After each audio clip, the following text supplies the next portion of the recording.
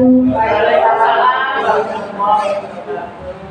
Terima kasih Ibu Guru SDN Monorejo yang telah menghadiri undangan saya untuk penyebaran diseminasi budaya positif aksi nyata dalam modul 1.4. Sebelum acara dimulai, saya akan membacakan susunan acara pada kegiatan hari ini. Yang pertama adalah pembukaan, yang kedua sambutan dari Bapak Kepala Sekolah, yang ketiga inti, dan yang terakhir adalah penutup. Mari acara ini kita buka dengan bacaan Bismillah bersama-sama supaya diberikan kelancaran sampai akhir kegiatan. Mari bersama-sama. Bismillahirrahmanirrahim. Acara yang kedua yaitu sambutan kepada Bapak Muhammad Julianto, dipersilakan.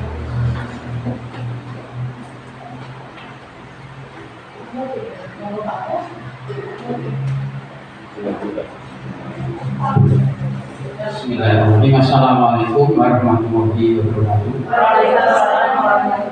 Bapak Ibu, Guru SD di Mojokerto, Mbak Muna, Mbaknya, selaku peserta CGP yang kami hormati. Seperti yang sudah kita ketahui bersama bahwa pada hari ini kita melaksanakan kegiatan diseminasi budaya positif aksi nyata untuk teman-teman dari guru CGP. Harapan dari kami selaku kepala sekolah untuk teman-teman yang melakukan CGP untuk bisa melaksanakan kegiatan ini dengan baik, begitu artinya segala sesuatu nanti dilaksanakan sesuai dengan aturan-aturan main yang berlaku. Jadi tidak hanya asal main saja, tetapi aturan-aturan terkait dengan guru penggerak atau CGP itu bisa dilaksanakan yang benar-benar, tidak hanya sekedar asal-asal. Itu yang pertama. Kemudian untuk yang teman-teman yang Bapak Ibu guru yang belum masuk CGP nanti bisa segera mengikuti. Tentunya nanti ada bimbingan dari Mbak Muna, Mbak Ida yang sudah melaksanakan CGP lebih awal. Jadi Mbak Muna, Mbak Ida dengan harapan nanti SD kita semua guru yang ada di sini itu semuanya masuk dalam guru penggerak, karena menjadi guru penggerak itu banyak sekali manfaatnya. Salah satunya kalau tidak salah berarti benar ya. Kalau salah berarti benar, itu merupakan salah satu syarat untuk nanti menjadi calon kepala sekolah.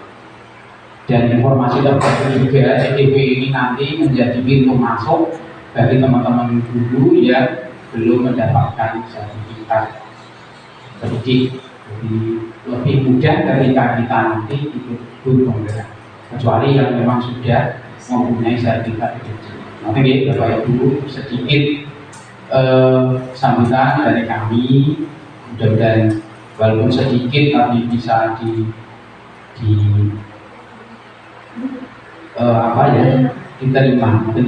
bisa diterima, dilaksanakan dengan sebaik-baiknya, sehingga nanti kedepannya SD kita bisa menjadi lebih baik dari ini. Dan selanjutnya saya akhiri. Wassalamualaikum warahmatullahi wabarakatuh. Terima kasih Bapak Muhammad Julianto atas motivasi ini. Baik Bapak Ibu, saya mulai untuk pemaparan materi pada pagi hari ini. Di sini kita akan belajar atau pemaparan tentang diseminasi modul 1.4 tentang budaya positif. Materi dalam budaya positif ini ada 6 Pak Bu. Di antaranya yang pertama yaitu tentang perubahan paradigma belajar. Yang kedua, konsep disiplin positif. Yang ketiga, keyakinan kelas. Dan yang keempat, 5 kebutuhan dasar manusia. Yang kelima, 5 posisi kontrol guru. Sedangkan yang terakhir ada yang umum yaitu speed restitusi. Kita akan ke materi yang pertama. Kita akan belajar tentang perubahan paradigma belajar. Apa sih perubahan paradigma itu? Perubahan penting yang terjadi ketika cara berpikir yang biasa-biasa saja untuk melakukan sesuatu diganti dengan cara yang baru dan berbeda. Jadi Bapak Ibu ketika mau melaksanakan pembelajaran yang luar biasa tentunya untuk anak-anak sesuai karakter peserta didik, kita harus melakukan sesuatu yang memang benar-benar itu baru dan berbeda, tidak seperti biasa-biasa saja yang kita lakukan sebelumnya. Untuk membangun budaya yang positif, sekolah perlu menyediakan lingkungan yang positif, aman, dan nyaman agar murid-murid mampu berpikir. Selain berpikir juga mampu bertindak dan menciptakan dengan merdeka, mandiri dan bertanggung jawab, tentunya sesuai dengan karakter peserta didik. Nah, sekarang kita akan melakukan kegiatan kepala tangan dulu. Di sini Bapak Ibu bisa mencari pasangan dengan tarikan sejawatnya. Nah, tugas panjenengan membayangkan bahwa panjenengan menyimpan sesuatu yang sangat berharga di dalam kepalan tangan panjenengan. Jadi Bu, bayangkan Ibu seolah-olah di dalam kepalan tangan panjenengan itu ada sesuatu yang berharga, sesuatu yang istimewa, ya. Sedangkan tugas rekan Anda yaitu mencoba dengan segala cara untuk membuka kepalan tangan Anda. Mungkin dengan rayuan. Di sini Pak Parti lebih jago untuk merayu ya Pak ya. Mungkin ya Pak masih ingat. Mungkin juga dengan memberikan uang. Nah, bagaimana cara panjenengan untuk merayu rekan Anda biar ini mau membuka kepala tangannya. Itu ya Pak Bu. Oke, monggo langsung saja ke rekan sejawatnya. Seolah-olah nanti merayu. Monggo mengenai siapa tadi yang menjadi. Monggo Bu. Boleh diulang Bu? Ya ini Pak tugasnya Pak. Bayangkan bahwa Anda yang menyimpan sesuatu yang sangat berharga di dalam kepala tangan. Jadi misalnya di sini Pak Ilham ya, Pak Ilham mengepalkan tangan Pak, seolah-olah di dalam kepala tangan Pak Ilham ini terdapat sesuatu yang berharga. Ya, sesuatu yang berharga yang membuat perubahan di kelas itu peserta didik lebih meningkat lagi Pak. Nah, di tugas Pak Pati merayu Pak dengan sekuat tenaga. Boleh dengan rayuan maut Pak, tetapi panjenengan itu memperoleh hatinya nyonya. Seperti itu Pak. Mungkin boleh dengan uang. Ini uang Pak. Ya, 10 juta bisa nanti di transfer Pak. Ya, monggo bisa dipraktikkan Pak Pati. Monggo Bu, langsung dipraktikkan saja. Monggo Bu Inun sama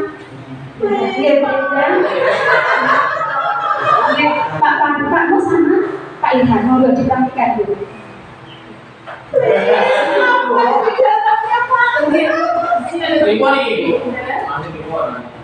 Enggak jenengan raih Pak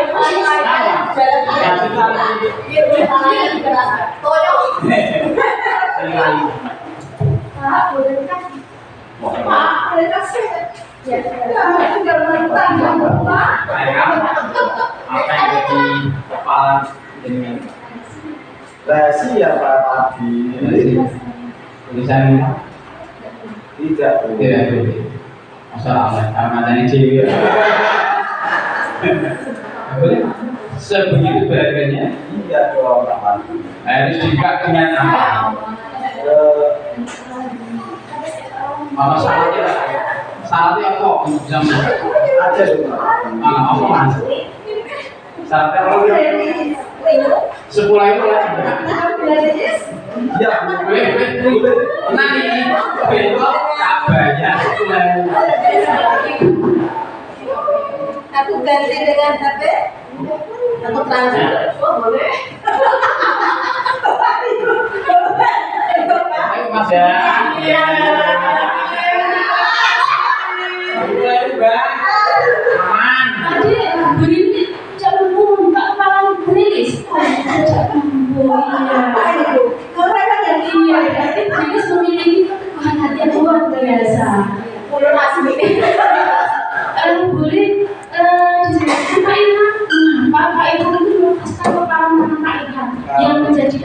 suatu hal yang istimewa pakai warna boleh juga. Karena tadi pakai rayuan saya ada rasa ingin mengungkapkan apa yang saya genggam karena saya beranggapan apa yang ada di genggaman saya boleh diketahui Bapak. Oh, ini mas. Jadi untuk kita itu diketahui. Iya, terima kasih Pak Ilham yang sudah mau berbagi dengan Pak Pati. Pak Pati juga bebas sekali lainnya. Saya mau tanya sama Bu Neng. Kenapa Bu Neng sudah bersikap untuk mempertahankan kepala Bu Neng? Kaitan cowok kali ya. Karena di dalam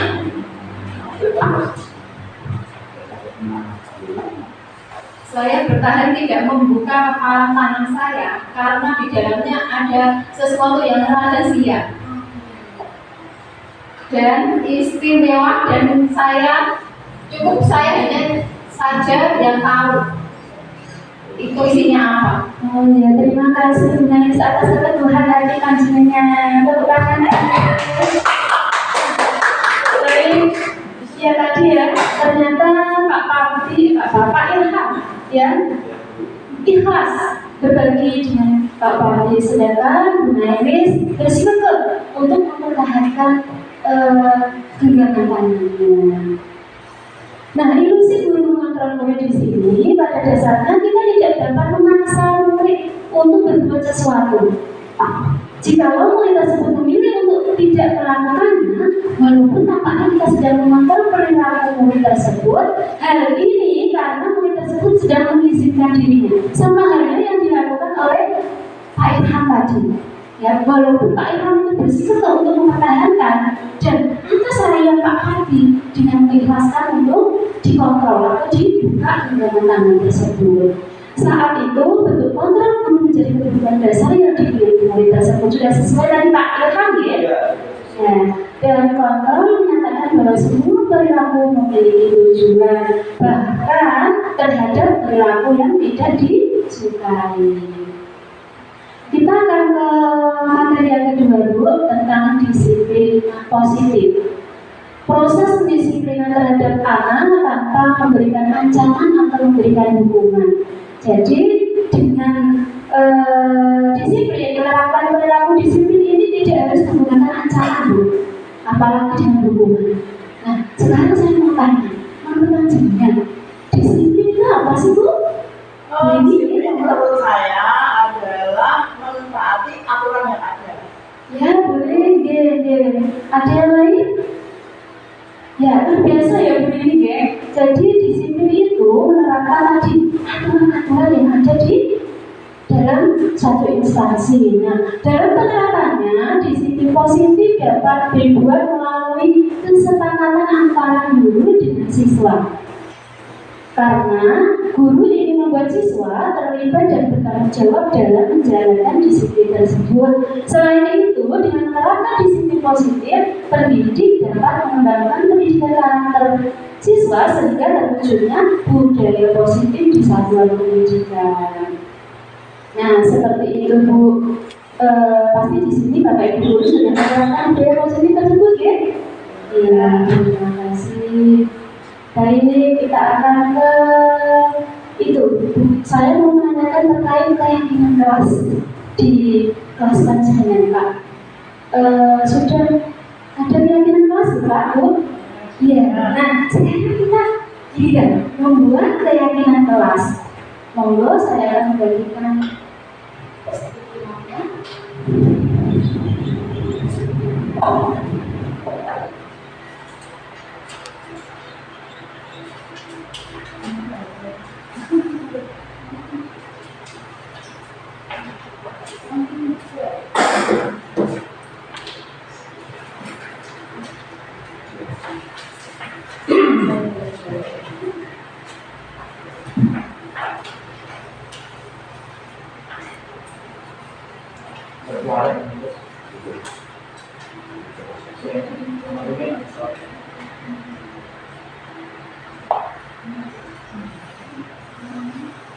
Tanya Bu, ini ditulis berapa?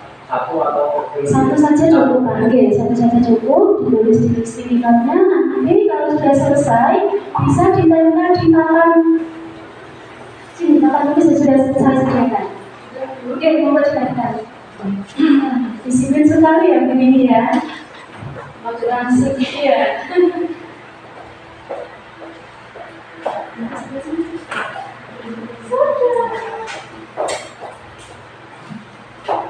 Terima kasih Bu Ida, masih ada kelasnya.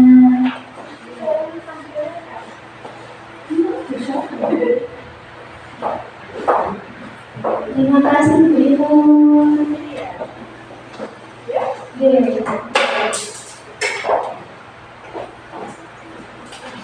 Anda Pak Kepala.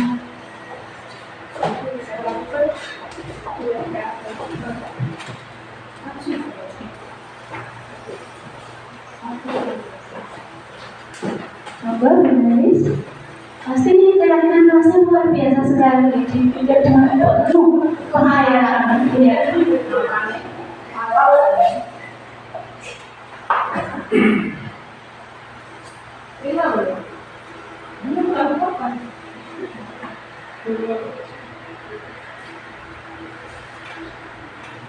Baik, sambil menunggu menulis, mohon izin saya bacakan ya untuk keyakinan kelas yang sudah Bapak Ibu guru tulis. Ya, di sini yang pertama dari Bu ini, keyakinan kelasnya adalah menjaga kebersihan kelas. Ya, bagus sekali, luar biasa. Yang kedua dari Ibu Edan, tidak boleh makan saat pelajaran. Ya, ada lagi dari Bu Ainun, pakaian seragam lengkap dengan atributnya, wah bagus sekali. Ada lagi dilarang berbicara kotor, luar biasa. Dilarang melakukan bullying atau perundungan. Ya. Saling menghargai dan menghormati sama lain, luar biasa ya Bapak Ibu untuk kesepakatan kelasnya. Namun Bapak Ibu guru di sini penggunaan kalimat dalam kesepakatan kelas itu harus menggunakan kalimat yang positif. Nah, ini sudah betul, sudah bagus. Namun untuk yang kalimat negatif kita ubah bersama-sama ya menjadi kalimat yang positif. Yang pertama, menjaga kebersihan kelas. Apakah kalimat positif atau negatif Bu? Positif ya, ini sudah betul dengan kelasnya. Yang kedua, tidak boleh makan saat pelajaran. Nah, Bu, Pak, kata tidak merupakan kalimat negatif. Jadi kita ubah ke dalam bentuk kalimat yang positif. Baiknya bagaimana Bu? Tidak boleh makan saat pelajaran. Kita ubah menjadi kalimat yang positif. Bagaimana Bu? Makan di luar jam. Ya, betul. Oke, terima kasih Bu Ainun. Makan di luar jam pelajaran. Oke. Selanjutnya pakaian seragam lengkap dengan atributnya, sudah betul menggunakan kalimat positif. Dilarang berbicara kotor. Dilarang juga menggunakan kalimat yang negatif. Bagaimana Bu cara mengubah kalimat dilarang menjadi kalimat yang positif? Bicara yang sopan. Iya betul, Bapak Kepala Sekolah berbicara dengan sopan. Ada lagi Pak, di sini ada kata negatif yaitu dilarang melakukan bullying atau perundungan. Baiknya kalimat positifnya seperti apa Pak? Bersikap baik terhadap teman, betul, dan saling menghargai dan menghormati orang lain. Ya betul sekali Bu ya. Jadi di sini minimal 5 keyakinan kelas itu sudah bisa dikatakan. Keyakinan kelas merupakan nilai-nilai kebaikan atau prinsip-prinsip yang disepakati secara universal. Orang akan lebih semangat atau tergerak untuk melaksanakan keyakinannya daripada hanya mengikuti aturan. Jadi Bu, Pak, keyakinan sama kesepakatan sama keyakinan itu berbeda atau sama? Kenapa Bu? Coba dijelaskan. Aturan itu diputuskan dengan itu yang membahas, sedangkan sifat yang paksa, namun kesepakatan untuk dianggap betul seperti itu. Iya, betul ya Bu. Kalau aturan itu, segala sesuatu itu kesannya membosankan dan menakutkan untuk anak. Bahkan bagi yang tidak mentaati aturan itu ada sebuah hukuman, betul tidak Bu? Namun tetapi kalau kesepakatan itu kesannya lebih halus. Itu seperti kesepakatan yang sudah buat itu kan tidak menyinggung perasaan teman-teman sendiri ya. Jadi langsung apa yang menjadi kesepakatan itu bisa dilaksanakan bersama-sama. Lebih tepatnya ketika melanggar kesepakatan maka ada konsekuensinya ya, yang sudah disepakati bersama-sama. Baik, tadi ya sudah membuat keyakinan kelas dan sudah ditempel di papan kelas. Ini Bu, kalimat keyakinan kelas tadi sudah diterapkan, yaitu selalu dibuat dalam bentuk positif. Tadi sudah langsung mengubahnya ya dari kalimat negatif menjadi kalimat positif. Yang kedua, kalimat keyakinan kelas bersifat lebih abstrak atau nyata. Di situ nyata yang benar-benar dilakukan anak-anak, serta mudah diingat dan dipahami. Jadi Bapak Ibu Guru tadi sudah menerapkan ya, kalimatnya sederhana sekali, tidak terlalu panjang sehingga anak-anak mengingatnya lebih teringat Bu, daripada menggunakan kalau aturan itu kalimatnya panjang ya. Setiap dari sini menggunakan adik percakapan itu panjang, anak juga lupa. Jadi kalau keyakinan kelas lebih mengenal dalam diri anak-anak. Nah ini Bu, contoh keyakinan kelas yang saya ambil dari Google. Di sini ada bentuk keyakinan kelas 6 di SD Sadar. Yang pertama, keyakinan kelas yang pertama yaitu hadir tepat waktu. Keyakinan kelas yang kedua, berdoa sebelum dan sesudah belajar. Keyakinan kelas yang ketiga, menjaga kebersihan kelas dan sekolah. Dan keyakinan selanjutnya, bersikap jujur, saling menolong, menghormati dan menyayangi. Keyakinan kelas 6 yang terakhir yaitu belajar dengan bersungguh-sungguh.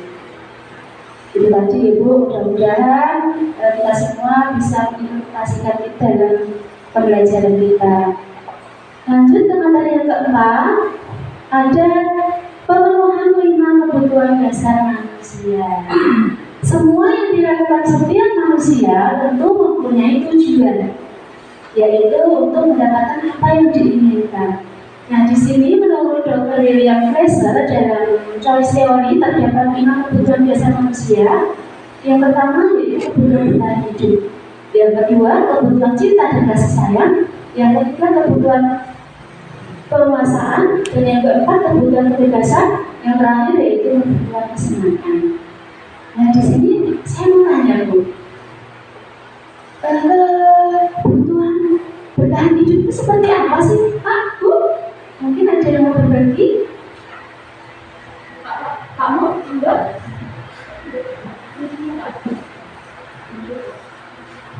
Kebutuhan untuk bertahan hidup, tentu untuk bertahan hidup itu untuk kebutuhan dasarnya itu makan dan minum. Jadi kebutuhan bertahan hidup yang paling pokok itu adalah makan dan minum. Kalau agak sedikit panjang ini ada kebutuhan pokok manusia itu yang terdiri dari 3 ya, ada sandang, pangan, dan papan. Kalau ketiganya digabungkan itu merupakan salah satu kebutuhan untuk bertahan hidup. Soalnya kalau katakanlah punya makanan tetapi tidak punya tempat tinggal pun ini kan masuk kita hidup di hutan kan betul. Atau sebaliknya kita punya rumah tapi tidak punya makanan ya sama saja. Jadi berusaha untuk kebutuhan bertahan hidup sih kalau dirangkumnya menjadi satu kesatuan sih menjadi kebutuhan pokok manusia yang terdiri dari sandang, pangan, dan papan. Terima kasih. Ya, terima kasih buat Bapak Mas yang luar biasa memaknai kebutuhan untuk bertahan hidup. Nah, di sini pun ada penjelasannya. Untuk kebutuhan bertahan hidup di sini tentunya bersifat fisiologis dalam mempertahankan hidup. Contohnya kesehatan, rumah, dan makan seperti yang sudah disampaikan Bapak tadi ya. kasus yang terjadi di sekolah itu ketika ada anak yang selalu meminta bekal dengan temannya. Nah, diketahui ternyata anak tersebut kenapa melakukan? Ternyata anak tersebut adalah lapar, Bu. Hal tersebut terjadi karena orang tuanya tidak memberinya makan atau tidak memberikan bekal untuknya. Seperti itu. Kasus seperti itu sering ya Bu terjadi di kelas kita ya. Kadang-kadang ya, alhamdulillah. Artinya ada pemenuhan juga dari keluarga ya Pak ya. Ya, terima kasih. Nah, kebutuhan yang kedua yaitu kebutuhan cinta dan kasih sayang. Ini menarik sekali ya Bu.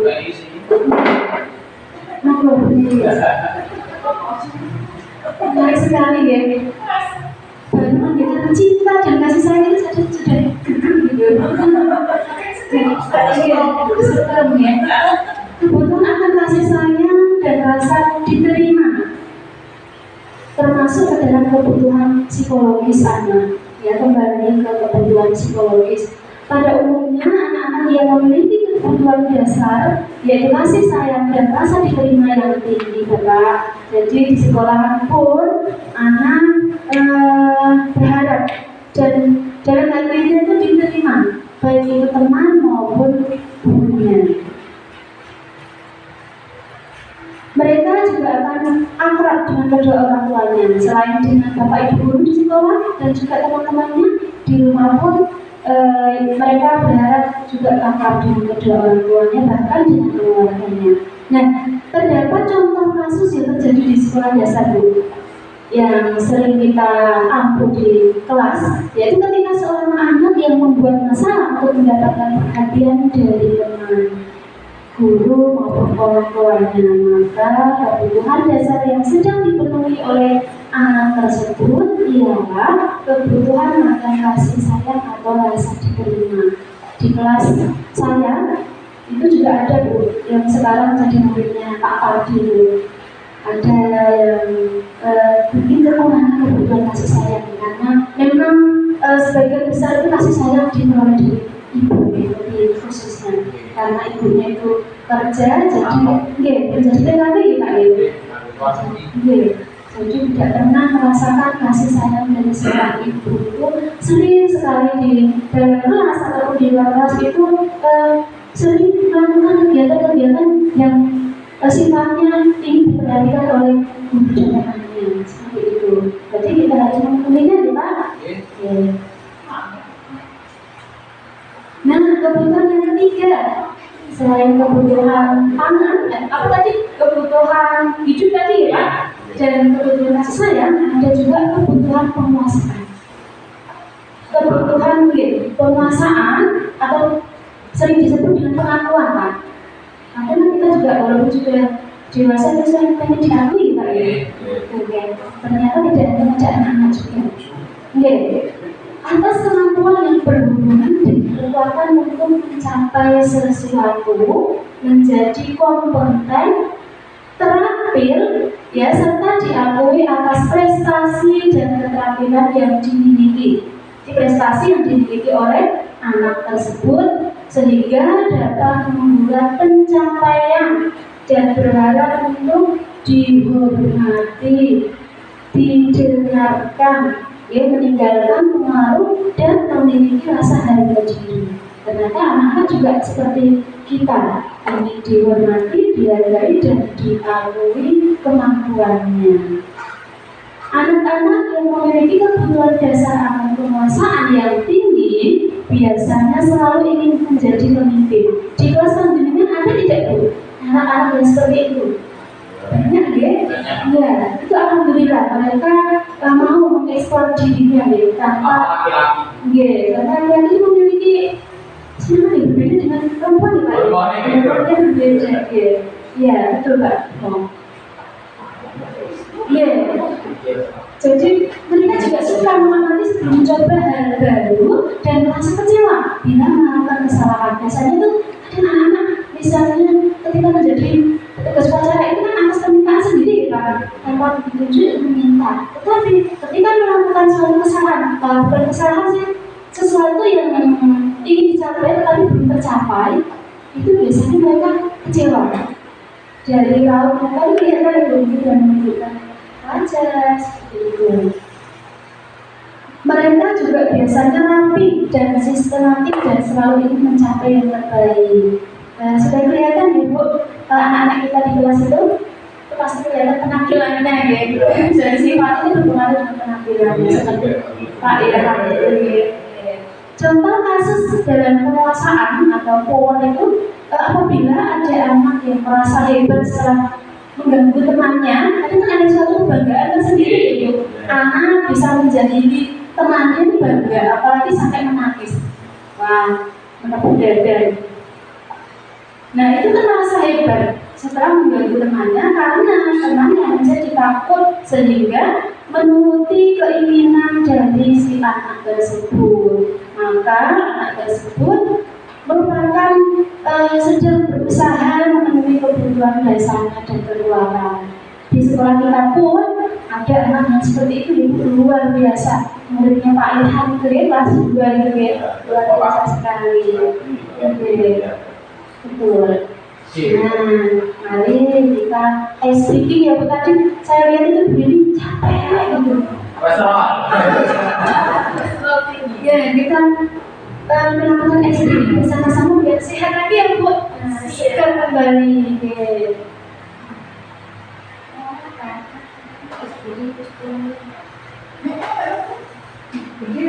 Ya, berdiri.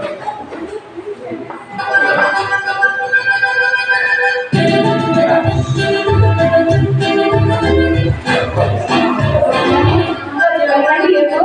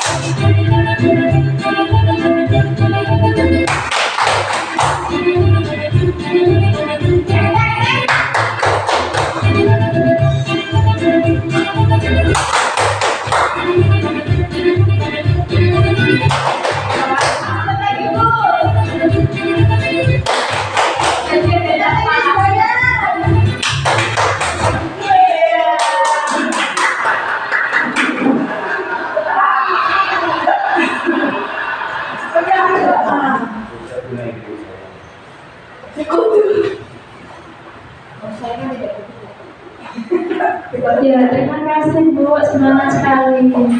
Bagaimana Bu rasanya setelah melakukan ice breaking bersama-sama? Iya, sekarang juga sekian kembali. Karena juga iya yang tadinya mengantuk setelah SPP bersama-sama mulai lagi. Ya, terima kasih ya Bu Pak. Ya. Kita lanjut lagi setelah semangat. Kita lanjut ke materi yang keempat. Maaf, kebutuhan hidup manusia. Yang keempat yaitu kebutuhan kebebasan. Anak-anak dengan kebutuhan kebebasan atau sering disebut dengan freedom, kebebasan yang tinggi menginginkan pilihan, mereka perlu banyak bergerak. Makanya kita sering sekali ya Bu, anak-anak itu tingkah lakunya tingkah lakunya itu kita yang melihat itu sudah capek gitu. Karena itu juga merupakan kebutuhan siswa. Mereka juga menyukai hal-hal yang baru dan menarik serta suka mencoba-coba. Sering juga terjadi dalam lingkup sekolah kita. Banyak sekali hal-hal yang dilakukan mereka. Nah, contoh kasus di sekolah dasar ialah anak yang selalu diberikan bekal makanan dengan menu yang sama setiap hari oleh ibunya. Di sekolah dia membuat masalah dengan mengambil paksa bekal milik teman-temannya. Hal tersebut dia lakukan karena ingin mencoba makanan temannya yang beraneka ragam. Maka kebutuhan yang berusaha dipenuhi oleh anak tersebut ialah kebutuhan kebebasan. Dia bebas ya Bu, karena bosan dengan menu sehari-hari seperti itu, sedangkan ada pengganti. Temannya menunya beragam sekali dan berganti-ganti setiap hari. Jadi ada keinginan saya bebas melakukan atau mengambil lauk teman saya karena ada rasa ingin mencoba dan ingin memiliki.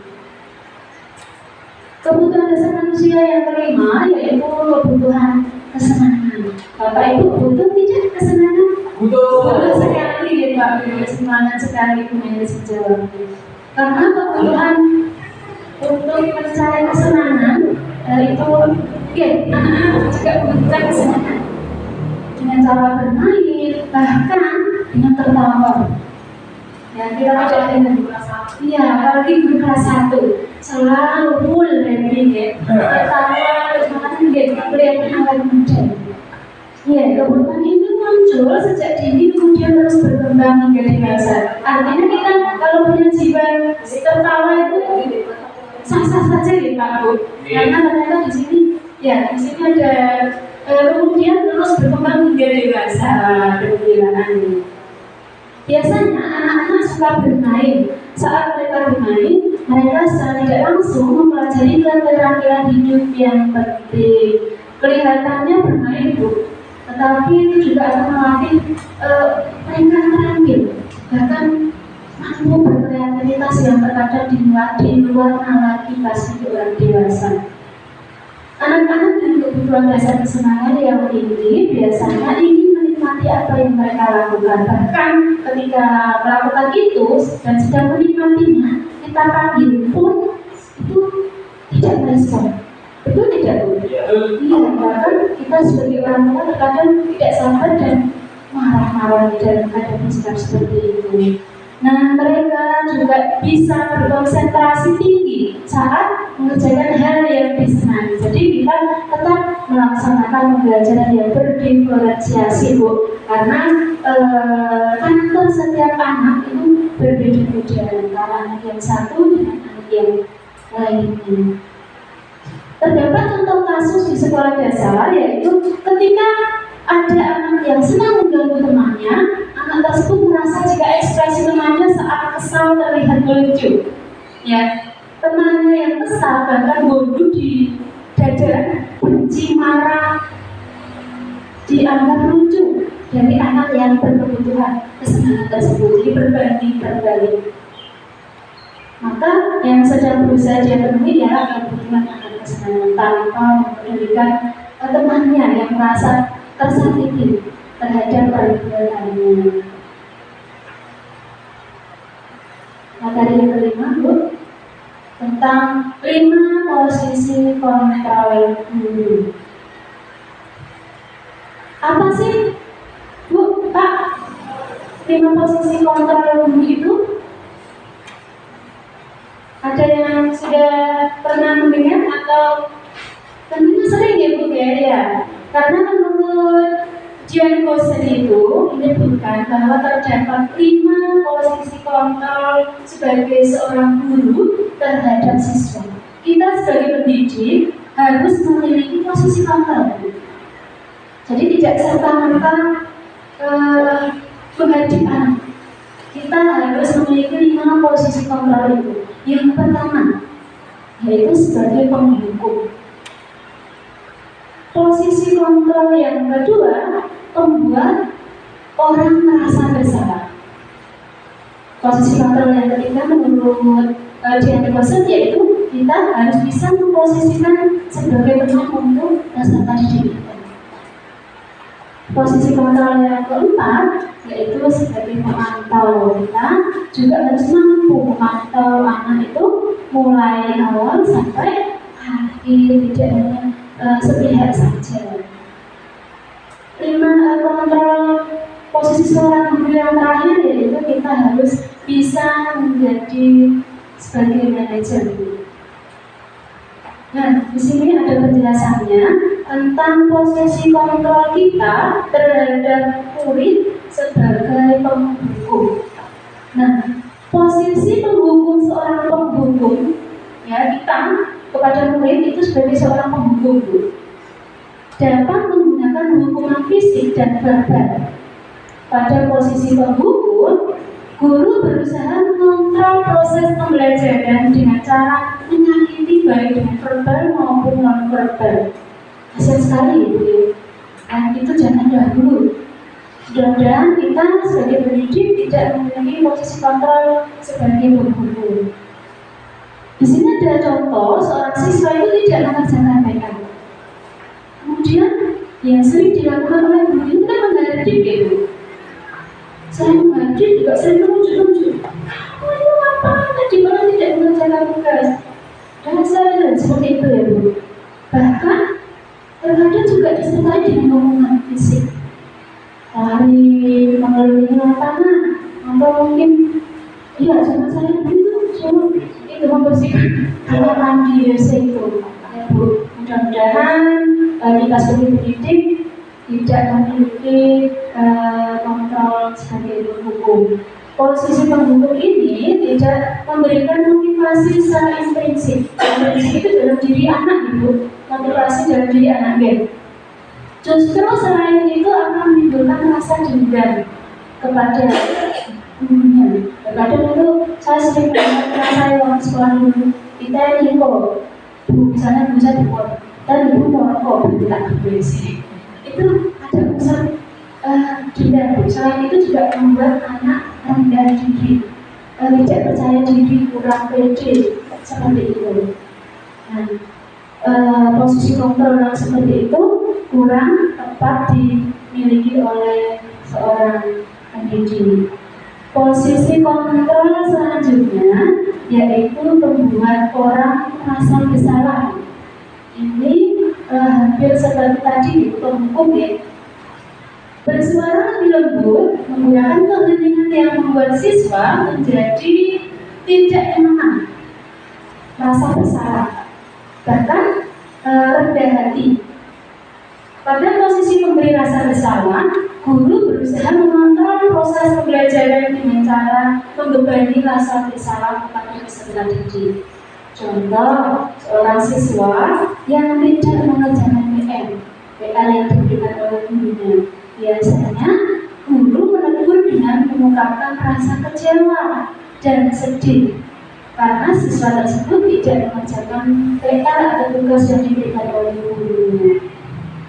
Nah, posisi ini tidak memberi motivasi secara intrinsik seperti yang penghukum tadi, Ibu. Anak itu tidak akan merasa sadar dalam dirinya, motivasi yang ada di dalam dirinya sendiri.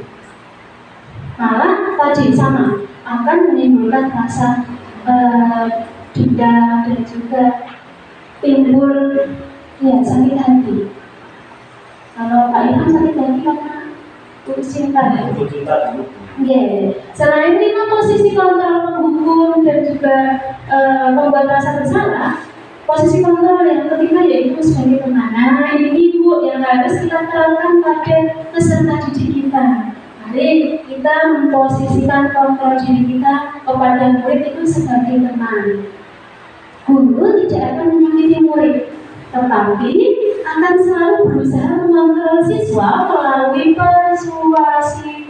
Contoh seseorang siswa yang datang terlambat. Guru menanyakan mengapa terlambat tanpa menghardiknya. Kemudian meminta agar tidak datang terlambat lagi. Bisa ya kita seperti itu ya? Ya, siswa jenengan itu lembut sekali ya. Nah, posisi ini juga dianggap lemah Bu dan tidak menimbulkan motivasi intrinsik seperti kita itu apa ya Bu?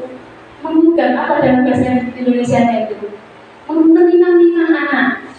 Jadi tidak memanjakan gitu. Betul Pak Mo. Jika suatu saat siswa melakukan kesalahan kemudian guru menegur dengan lebih keras, maka akan menimbulkan ketidaknyamanan bagi siswa tersebut.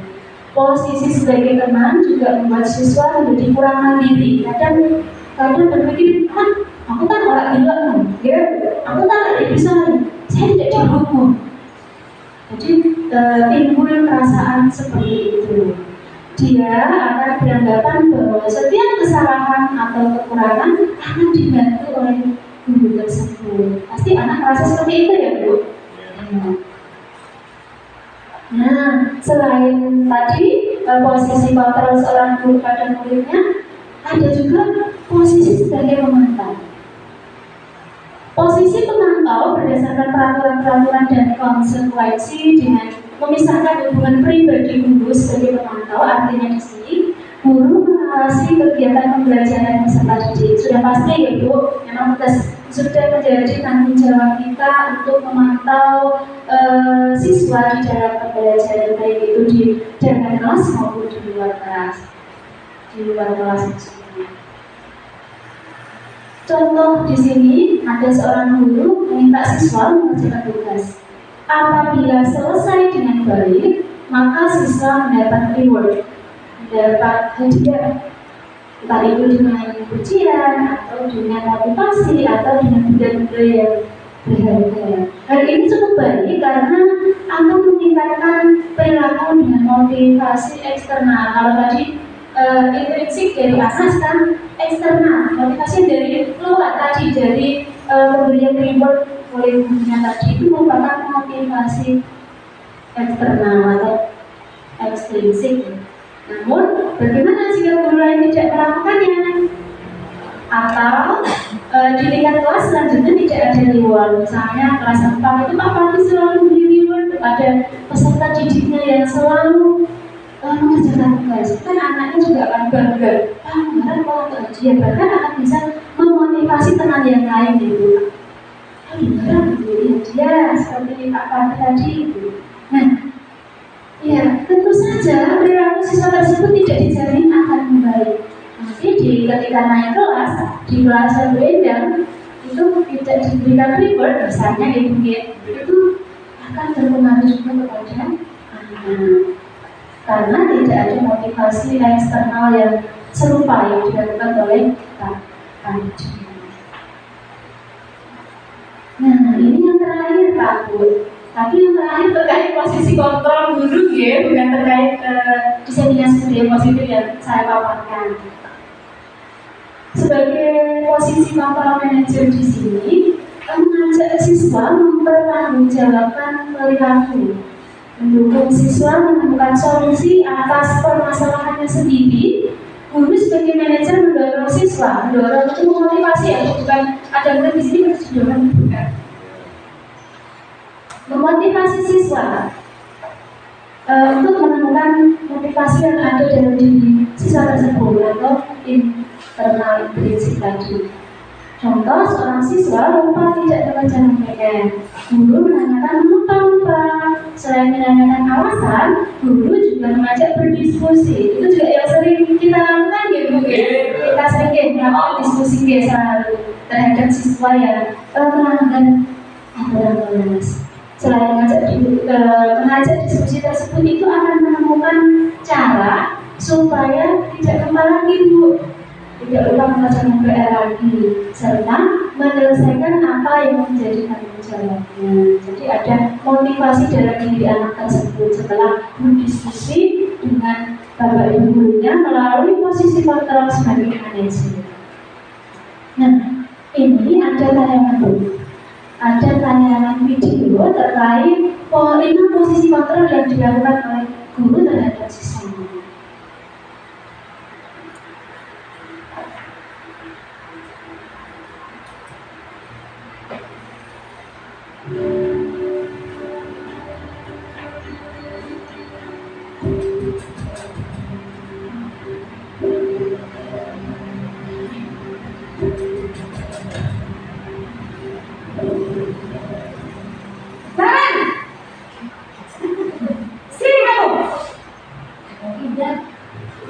Selamat pagi.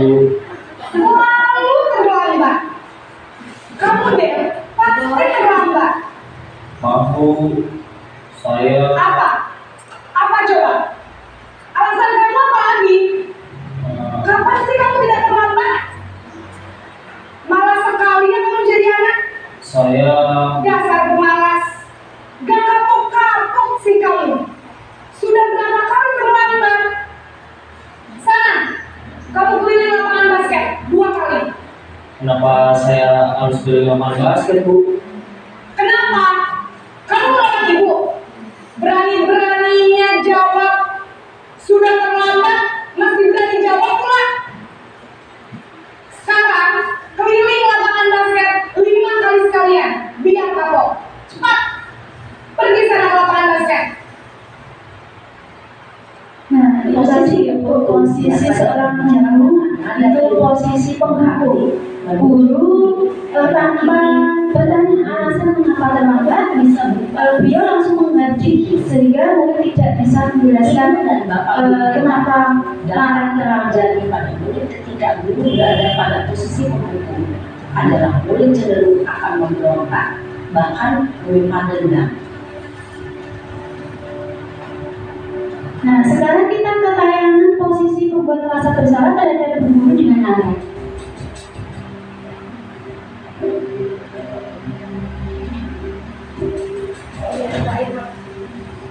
Dan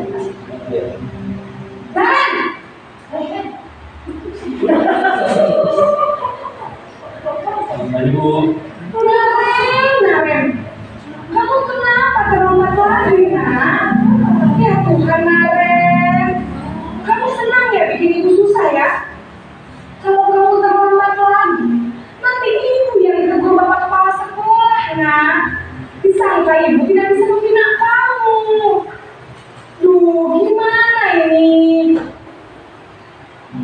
Maaf Bu, Duh, Gusti Naren, kamu suka ya kalau ibu ditegur bapak? Sekarang ibu harus tulis apa yang ibu absen? Ini kamu sudah sering terlambat loh. Ibu harus apa coba? maaf Bu, maaf sekali. Ya sudah, lain kali jangan bikin ibu susah lagi ya nak ya. Ibu tidak akan kuat lagi kalau mau begini terus. Bisa jantungan kalau ibu ditegur bapak kepala sekolah. Sana cepat kelas. Maaf ya Bu, maaf sekali. Ya, merupakan posisi kontrol guru kepada muridnya sebagai merasa bersalah. Contohnya menggunakan bahasa yang lebih halus itu. Namun kata-kata yang diutarakan membuat murid merasa menjadi orang yang gagal, memandang buruk dirinya sendiri, merasa tidak berharga, dan tidak sanggup membahagiakan orang lain.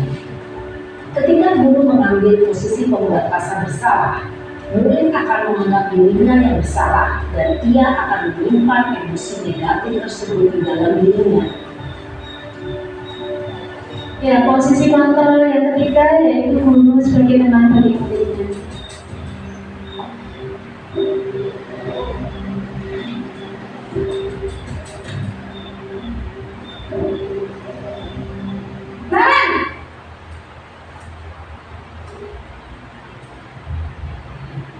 pagi Bu. Wah, sudah jam berapa ini nak? Terlambat lagi ya sayang. Iya Bu, habis ibu saya sudah mengingatkan saya Bu. Kamu malah menyalahkan ibu kamu. Kamu menyalahkan harinya paling kencang. Kok terlambat sih? Iya Bu, saya memang malam bangun tadi. Jadi biar saya kencang tetap jaga kencang Bu. Ya sudah sana, nanti lain kali larinya lebih kenceng lagi ya, biar gak terlambat lagi. Bikin seneng ibu, demi ibu, bisa kan? Bisa lah Bu. Ya sudah sana ke sekolah, ibu beresin urusan absen kamu. Kamu ini ada tes saja. Ya, posisi kita tepat sekali dengan Bu yang ini. Teman, guru berbicara dengan nada suara ramah, akan cenderung bersenda gurau untuk menjaga suasana tetap santai. Murid akan merasa senang, aman, dan akrab dengan guru. Identitas yang tercipta adalah identitas sukses atau berhasil. Namun, ilmu ingat, karena ini masih dorongan eksternal, maka ada faktor ketergantungan dari murid kepada orang tertentu. Di sini, guru aksennya, sehingga nilai waktu murid bisa berperilaku baik, namun hanya kepada orang-orang tertentu saja. Ya, posisi kontrol guru yang terakhir itu sebagai posisi pemantau atau monitor.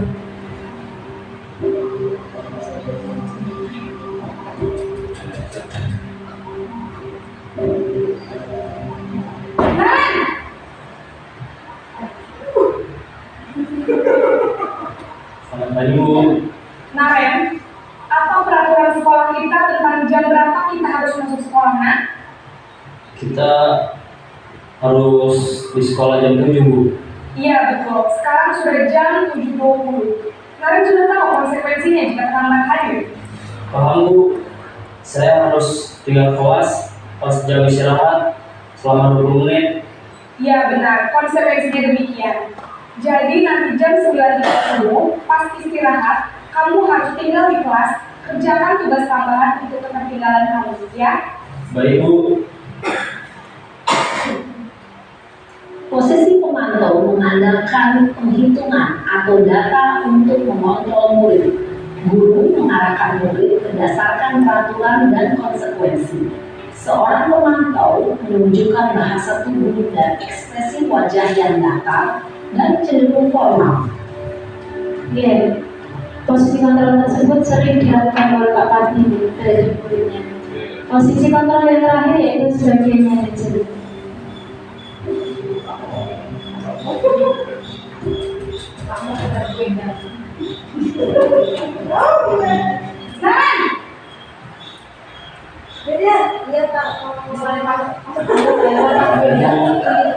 Selamat pagi, Naren. Maaf Bu, saya terlambat. Iya, sekolah masuknya jam 7, sekarang sudah jam 7.20. Jadi sekarang bagaimana ini, Naren? Maaf Bu, saya lupa alarm les malam. Baiklah, menurut kamu, keyakinan sekolah yang mana yang perlu kamu tingkatkan? Menghargai diri sendiri dan orang lain mungkin ya Bu. Setuju. Jadi, apakah Naren meyakini prinsip saling menghormati tersebut? Iya Bu, saya meyakininya. Apakah Naren bersedia memperbaiki masalah keterlambatan ini? Bersedia Bu. Bagaimana kamu akan memperbaiki masalah keterlambatan ini? Saya akan coba untuk tidak lupa menyetel alarm saya Bu. Baik, kalau Naren menyetel alarm di rumah, ada orang yang kira-kira bisa bantu mengingatkan tidak? Ada Bu, kakak saya, Kak Emma. Ada lagi selain Kak Emma? Selain Kak Emma, ada ibu saya. Baik, jadi yang mengingatkan Naren adalah Kak Emma dan ibu kamu ya. Kira-kira akan mulai alarm kapan nih Naren? Setelah pulang sekolah, akan segera saya lakukan. Baik, jadi Naren akan setel alarm untuk bangun besok pagi dan akan diingatkan oleh kakak dan ibu dan Naren ya. Ada lagi yang mungkin perlu dilakukan Naren agar tidak terlambat bangun lagi. Tidak ada, Bu. Baik, Maren. Terima kasih untuk kerjasama kamu. Sekarang kamu perlu kembali ke kelas untuk belajar. Baik, Bu. Terima kasih. Ya, berikut merupakan posisi mentor sebagai guru kepada muridnya, yaitu sebagai manajer di sini. Contoh sekali terhadap Bu Ayu ya, yang selalu menerapkan posisi tersebut terhadap muridnya. Bertanggung jawab dan dapat memecahkan. Materi yang ke-6, Bu, kita akan belajar tentang segitiga restitusi. Pernah mendengar ya, Bu, Pak, segitiga restitusi ya? Segitiga restitusi merupakan proses menciptakan kondisi bagi peserta didik untuk memperbaiki kesalahan mereka, sehingga mereka bisa kembali pada kelompok mereka dengan karakter yang lebih kuat. Segitiga restitusi di sini terdapat tiga poin. Yang pertama yaitu menstabilkan identitas, yang kedua validasi tindakan yang salah, dan yang ketiga yaitu menanyakan keyakinan kelas. Segitiga restitusi di sini menstabilkan identitas. Biasanya seorang guru yang ditanyakan adalah setiap orang ketika ada melakukan kesalahan ya, menanyakan keyakinan kelas yang telah kita sepakati. Kemudian bertanya kepada murid, kamu ingin menjadi orang seperti apa ketika ada murid yang melakukan kesalahan. Maka yang kedua dalam restitusi segitiga yaitu menstabilkan identitas.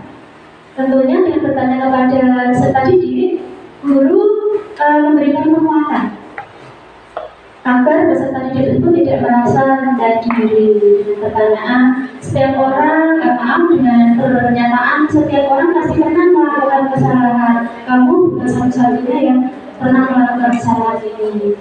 Kamu tentunya punya alasan mengapa melakukan itu. Itu merupakan validasi tindakan yang salah. Di sini ada permasalahan yang saya lakukan sesuai dengan restitusi segitiga.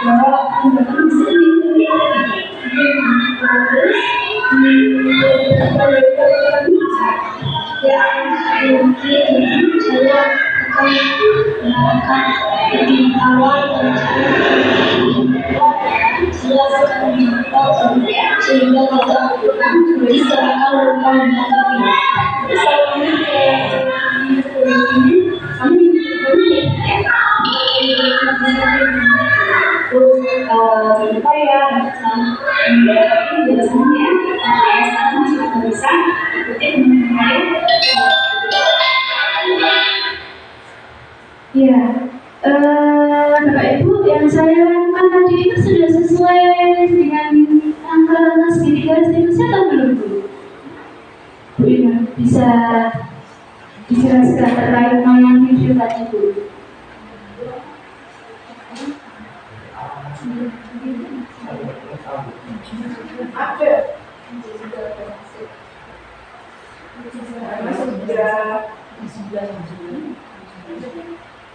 Ya, terima kasih Bu Imun ya atas tanda tangannya terkait penayangan video yang sudah saya tampilkan. Nah, pertanyaan terakhir Bu, perubahan apa yang terjadi pada cara berpikir panjenengan dalam menciptakan budaya positif setelah mempelajari tentang budaya positif tadi? Bu Enda bisa menjelaskan perubahan apa?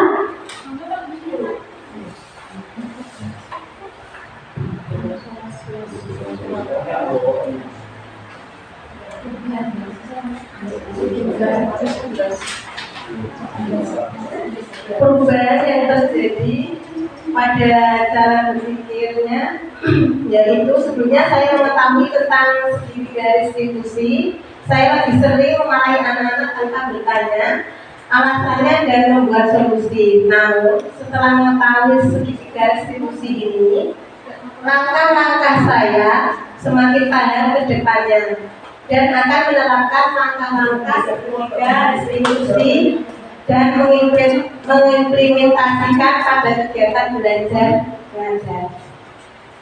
Terima kasih. Ya, terima kasih Bu Enda atas jawabannya. Sudah terdapat perubahan ya Bu ya setelah belajar tentang budaya positif di sini ya. Ya, bahkan sudah mengimplementasikan ya, yang dulunya itu marah-marah ketika anak melakukan kesalahan karena sudah belajar tentang budaya positif, lebih itu ya Bu, lebih apa namanya mau menggunakan alasan dari anak tersebut. Oke, terima kasih banyak Bu Enda dengan Bapak Ibu guru yang lain atas partisipasinya dalam mendapatkan pemaparan diseminasi budaya positif dari Universitas Indonesia. Demikian materi dari saya. Mohon maaf atas kesalahan ucapan dan perbuatan saya. Akhirnya, wassalamualaikum warahmatullahi wabarakatuh.